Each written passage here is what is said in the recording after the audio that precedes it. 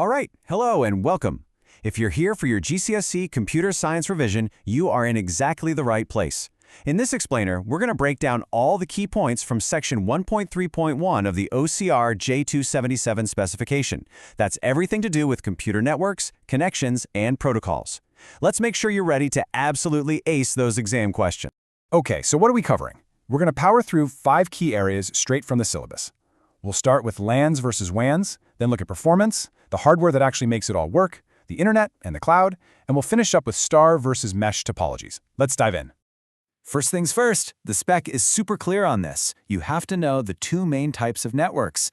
So let's get right into the essential differences between a local area network and a wide area network. Now this is a classic exam comparison. For a LAN, just remember it's small, local, and owned.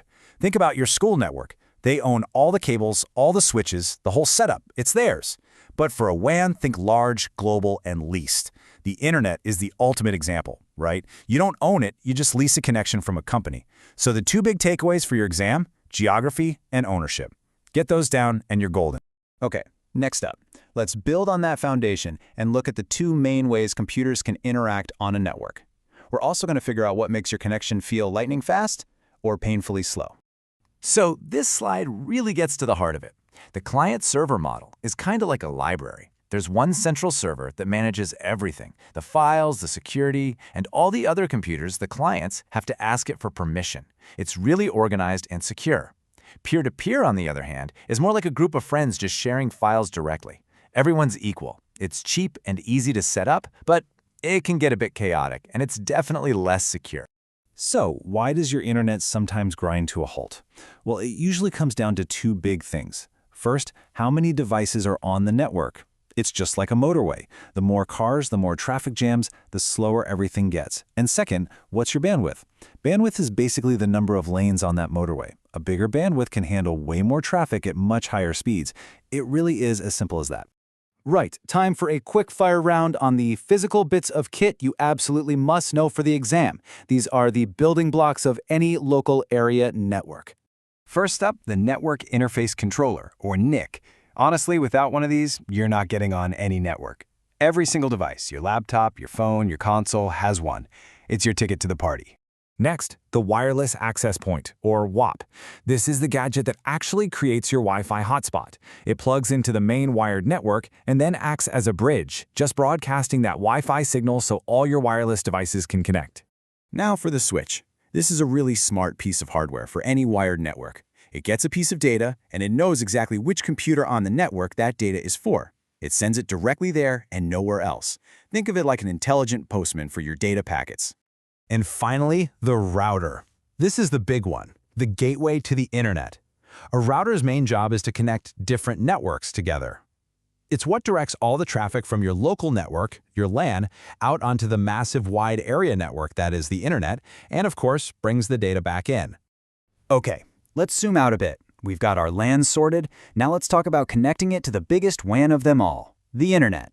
We'll also unpack this idea of the cloud, which, as you're about to see, completely depends on the internet to exist. So here's the most important thing to remember. The internet isn't one giant single thing. It's actually a network of networks, a massive worldwide collection of thousands of smaller networks all connected together and all speaking the same language so they can communicate. So how does your computer find anything on this massive network? Well, it uses something called the Domain Name System, or DNS. The easiest way to think about it is as the internet's phone book. We humans remember names, like ocr.org.uk, but computers, they only understand numbers, IP addresses. So when you type a web address, a DNS server does a super fast lookup, finds the matching number, and tells your computer exactly where to go. It's a simple 4-step process that happens in a flash.